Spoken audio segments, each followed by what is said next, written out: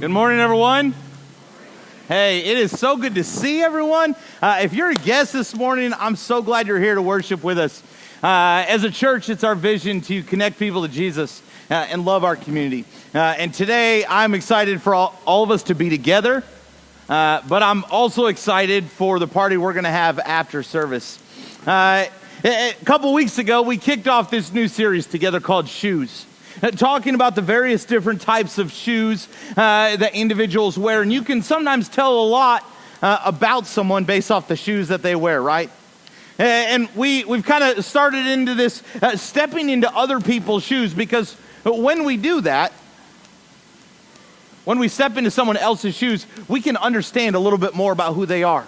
We can understand their situation. We can maybe grow in our empathy. Week one, we stepped into a pair of sandals. And the challenge of looking at John the Baptist was for us together as Jesus people to walk humbly, Last week, we stepped into a pair of work boots.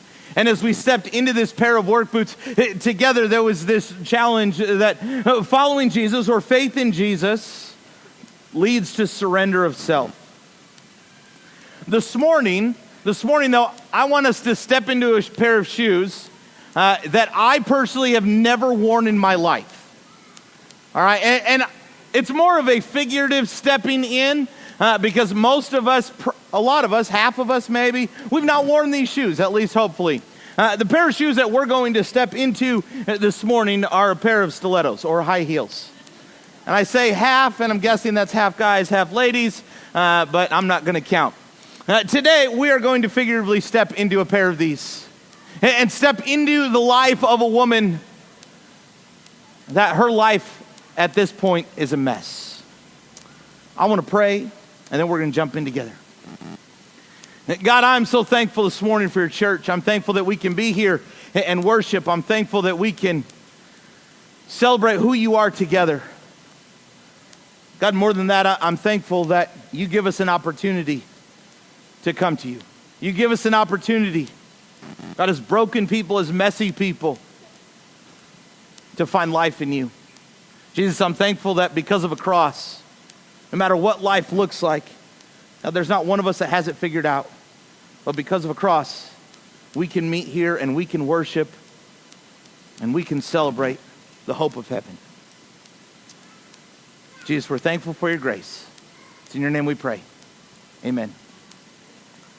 All right, so I brought some of my least favorite, but yet most thankful for friends this morning.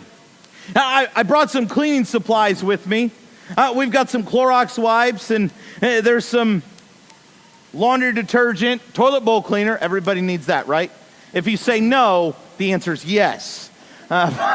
Everybody needs some toilet bowl cleaner. If you're going to wash some dishes, we've got that, or a vacuum. You know, we're gonna clean. Now, all of these are designed for cleaning up messes. But I need your help. Okay, I know none of us. Okay, no, I'm not gonna say that. There are a few of us that love to clean. Okay, most of us, we don't enjoy that. Okay, there's some of us that do, but most of us don't. But what I need you to do, okay, we've got here the vacuum. You can only choose one. We've got the vacuum. We've got a broom for sweeping. We've got laundry detergent. Okay, we've got something for dishes, or we've got the toilet bowl cleaner for the bathroom. Okay, if you were to choose one, like one job on the cleaning spectrum, which one would you pick? Okay, we're gonna go through. If you would pick vacuuming over everything else, raise your hand. Yeah, okay. All right, if you would choose doing laundry over everything else, if you just raise your hand, I'd like to invite you to my house anytime you want. All right, how many of us are going to choose to do the dishes? Okay, 7 of us, good. How many of us are going to choose to sweep? Yeah? All right, the last one. We got to be honest for this one. If you were to choose out of all of them, you would choose to clean the bathroom. How many of us are there? Yeah. Aaron Baker's taking sign-ups directly following service. Okay, there's a couple of us. All of these are designed for cleaning up some sort of mess, right? That's their function, that's their design. Whatever kind of mess it is, there's something to help with the cleaning process. And we maybe enjoy one more than the other, but all of them have to get done. And while it makes sense to do it with a vacuum or with a broom or even a magic eraser if you want to deep clean something, where it gets a little bit more tricky is when you and we try to do this regularly with our heart.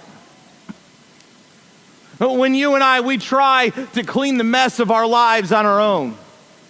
And we have guilt and we have shame. We have sin, we have debt, we have sexual temptation and struggles, and we try to clean it up ourselves. We try to behave it away or we try to earn it back. And what does it leave us feeling? Empty and tired.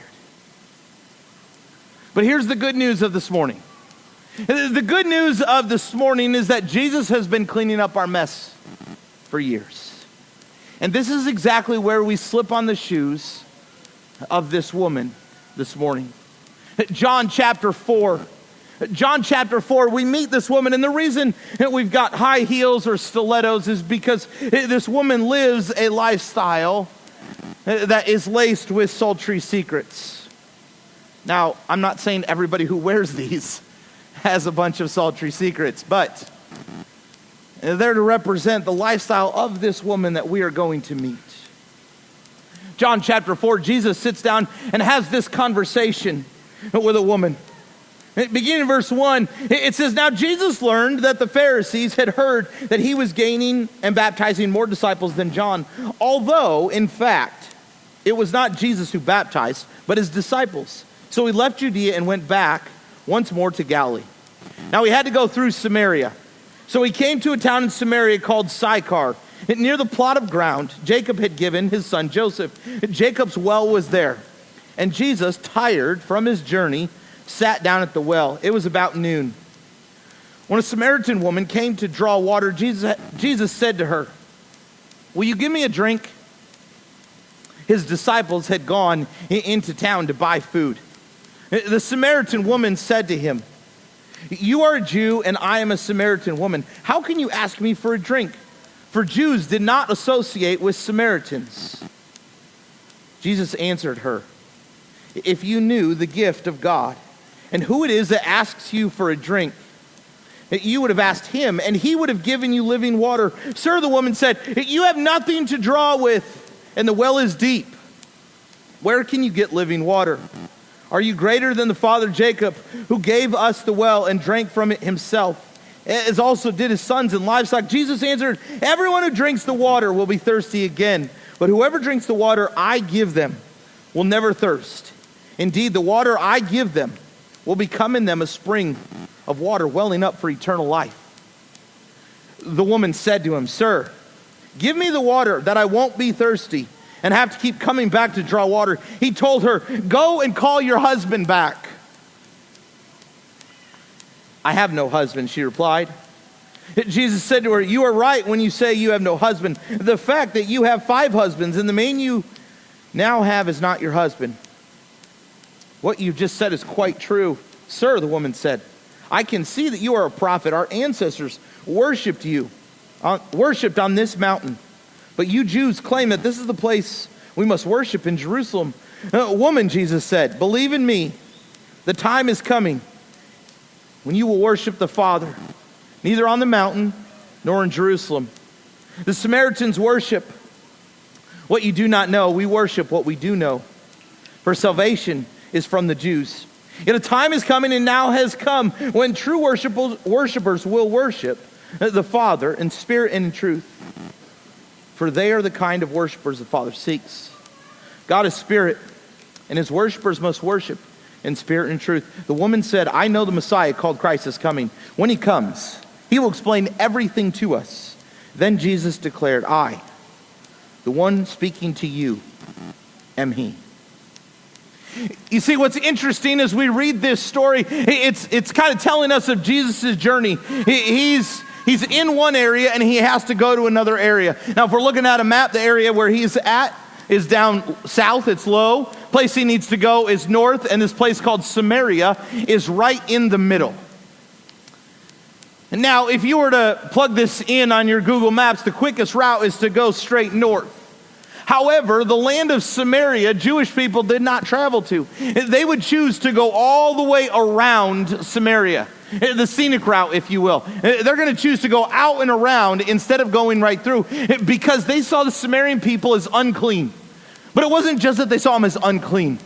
There was a hatred, a deep-rooted hatred between these two people groups. You see, the Samaritans, they used to be just like the Jewish people. And then this other group of people, the Assyrians, they moved in, and you had this group of people now known as the Samaritans. They intermarried with the Assyrians, and the Jewish people said, absolutely not.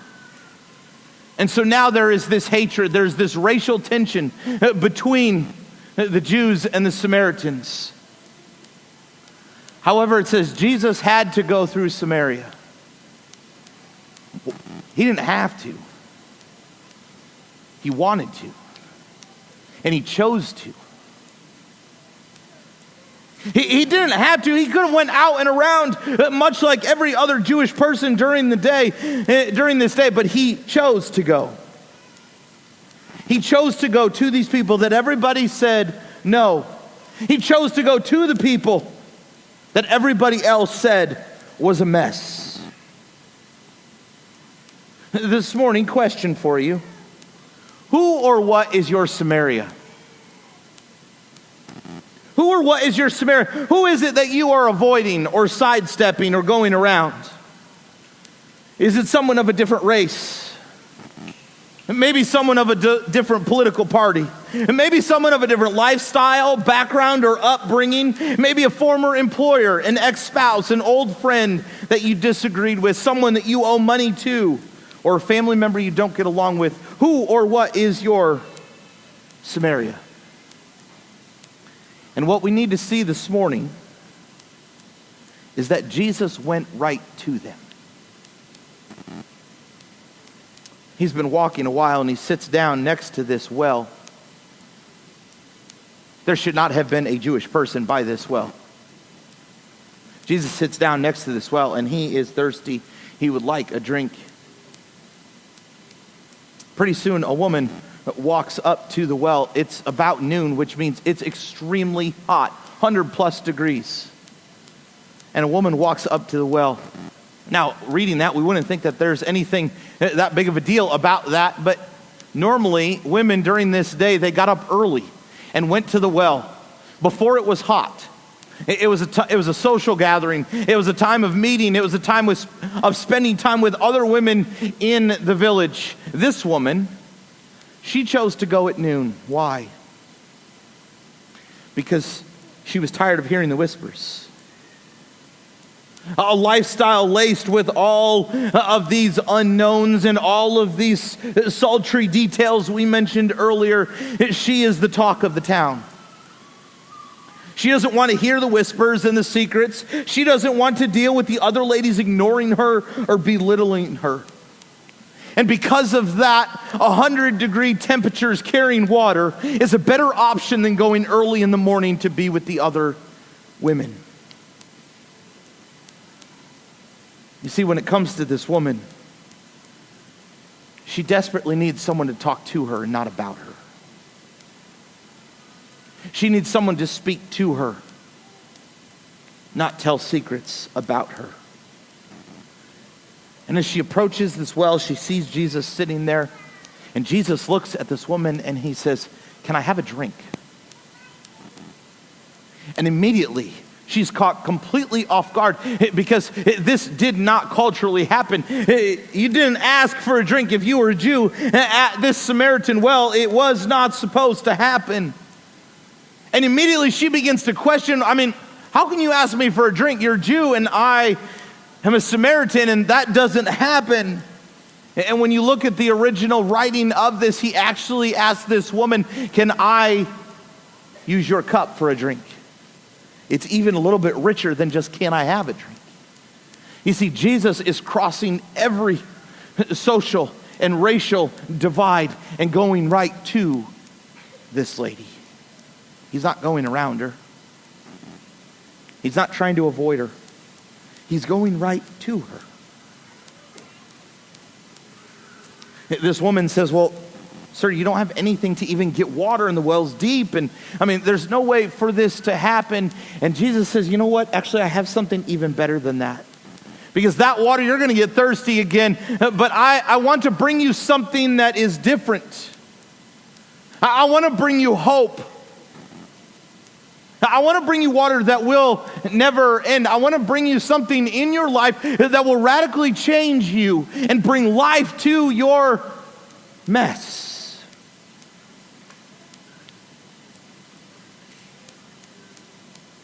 The woman, not sure what to do, says, well, maybe. And then Jesus takes one more step. And he says, why don't you go call your husband? Jesus was a stranger just a few moments ago, and now all of a sudden he says, why don't you go call your husband? And it stops the woman.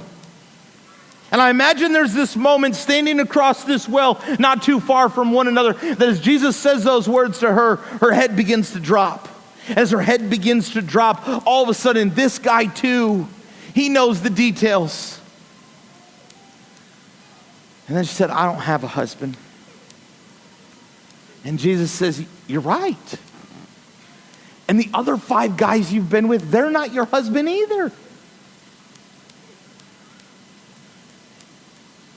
If you were standing in this woman's shoes, how on earth does this guy know this?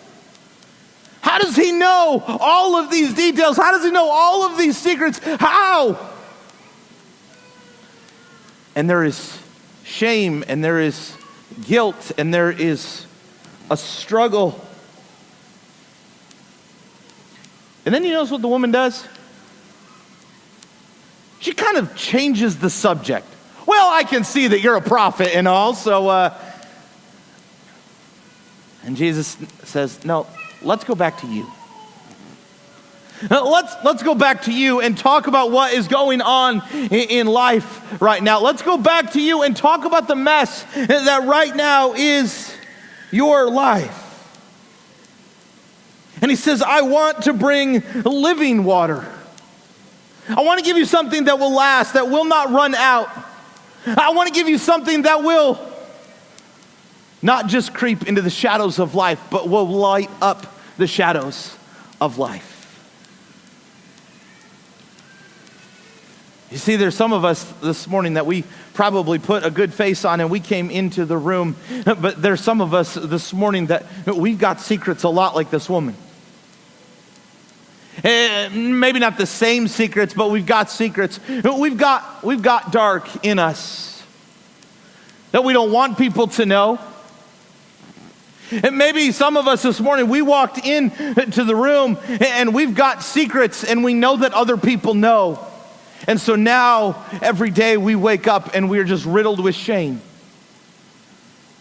And we wonder each and every day, will somebody say something?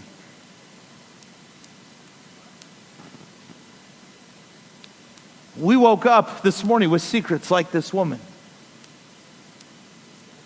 And the same way that Jesus says to this woman, I want to give you something that is lasting. I want to give you something that is filled with hope. I want to give you my spirit living in you that goes with you. He is saying the same to us today. And it's at this moment where this woman kicks off the high heels and begins to run to the very people that she was wanting to avoid. She begins to run not away from Jesus. She begins to run to the people to let them know of what he has done, because all of a sudden a mess has now been turned into hope. Friends, our truth for this morning as we step into this pair of stilettos or high heels is our mess is made clean only through Jesus. Our mess is made clean only through Jesus. Some of us are saying, well, Matt, Jesus, he doesn't know my mess. I'm not sure he can handle my mess. I'm trying to keep it a secret. I don't want him to know. I'm trying to clean it up before, I give too much to him, Romans 5:8, but God demonstrates His own love for us while we were still sinners, Christ died for us. It was when we were already messy. It was when we already had all of the secrets and all of the past. That's when he died for us. Our mess is made clean only through Jesus. And some of us this morning, we feel, and if we're honest, we feel like we're sitting in the middle of a mess. Life is a mess right now. Things are out of control. Relationships are falling apart. We are becoming overwhelmed. We're becoming anxious. We're becoming depressed because of the mess that's around us, because of the difficulty that life has thrown at us this morning. And we begin to get this thought in our mind, and Satan begins to place it inside of us that maybe God doesn't care about you. And maybe Jesus doesn't care for you. Maybe your mess really is too big. But friends, this morning, just because you're currently in a mess does not mean that Jesus doesn't care for you. It could be the very place that he is coming to meet you.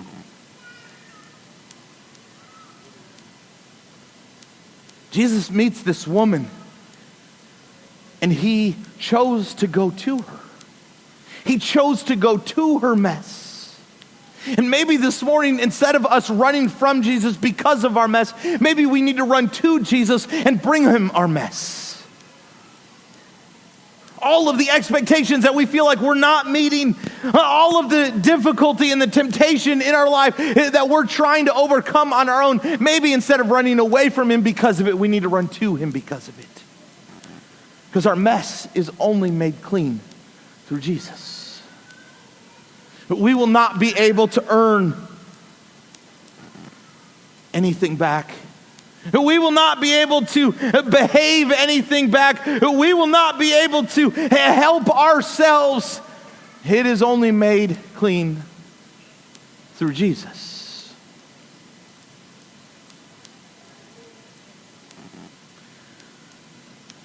So when Emily and I were first married, we lived in this small apartment in Joplin.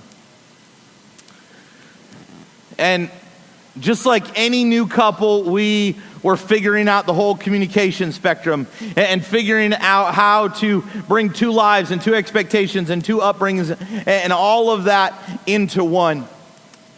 And we did not always agree on that. And what you need to know is that a lot of times they say with couples that opposites attract. Not with Emily and I. Exactly the same attracted. And so we are both stubborn sometimes, and we both like it our way. And so there was some sort of communication about something that was not happening. And I distinctly remember, I don't know what it was about, but we were both like furious. So mad at one another. It obviously was a big deal if I can't even remember what it was. And I'm sure you've had those discussions, if you will, at your house. We were so mad because probably both of us wanted it one way and neither of us would compromise and we wouldn't communicate as to why. And so naturally, when you are having a fight with your spouse, what is the best thing that you can do? We both chose to clean our apartment. And I'll tell you what, that apartment never had been and probably never will be that clean ever again. I think I scrubbed those windows and took like a pane of glass off one side. And it was just like aggressive cleaning all over this apartment because we were both mad at one another. We were smart enough to separate and just clean. And we scrubbed and we cleaned. I remember cleaning this little deck on outside of the door of our apartment. I never cleaned it and I never cleaned it again. But in that moment, it's like, I got to clean this up. And so we were scrubbing. I mean, it was ridiculous. We were all done and we kind of met in the hallway of this apartment, which was not long, pretty short. And what we realized was no matter how long we tried to clean, until we communicated about the struggle, it was not going to be solved. And we could vacuum and we could clean the bathroom and I could clean the deck until there was no wood left on the deck. But the struggle and the mess between the two of us would not have changed. And the truth for you and me this morning is that the mess of our lives will not be clean until we communicate with Jesus about it.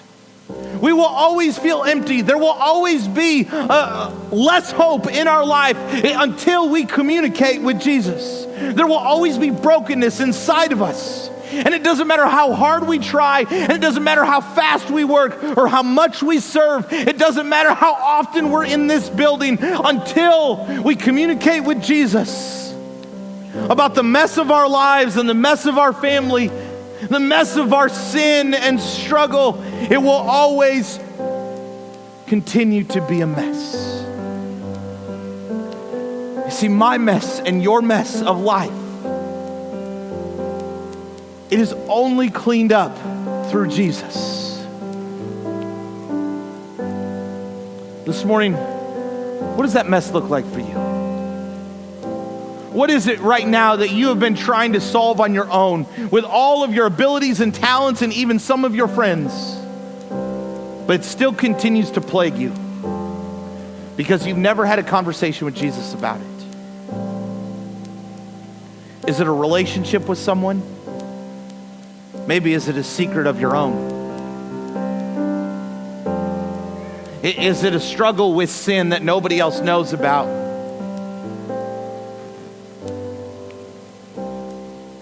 Is it a regret that you've never gotten over?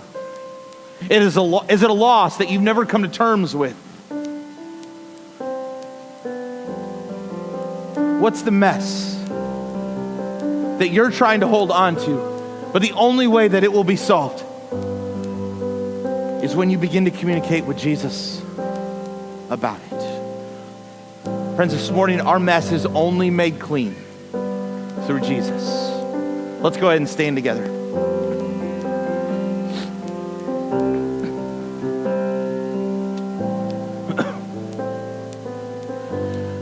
We're going to worship together.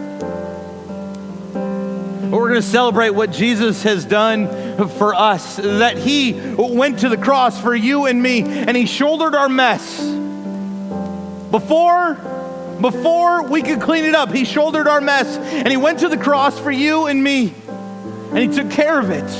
He cleaned up our mess. He didn't want us to hold on to it. He didn't want us to drag it around. He didn't want to just kick it through life or under the couch pretending it's not there. He cleaned it up. And he wants us to come to him. This morning, for some of us as we worship, we know exactly what that mess is. We know what that struggle is that we've been holding on to. For some of us, it's just life. We've been holding on to our life out of selfishness, and we've never given it to Jesus. For some of us, we have made that choice. Maybe it's a little bit more pinpointed. But maybe this morning, for some of us as we worship, our mess is the fact that we're avoiding Samaria. And each and every day we go out of our way to avoid people that Jesus calls us to go right to. This morning, what is your mess to bring to Jesus? This morning, where is it that we are lacking hope because we're holding on instead of giving it away? We will always have a mess in our lives and of our lives until we begin to communicate with Jesus about it, because our mess is only made clean through Jesus. Let's sing together.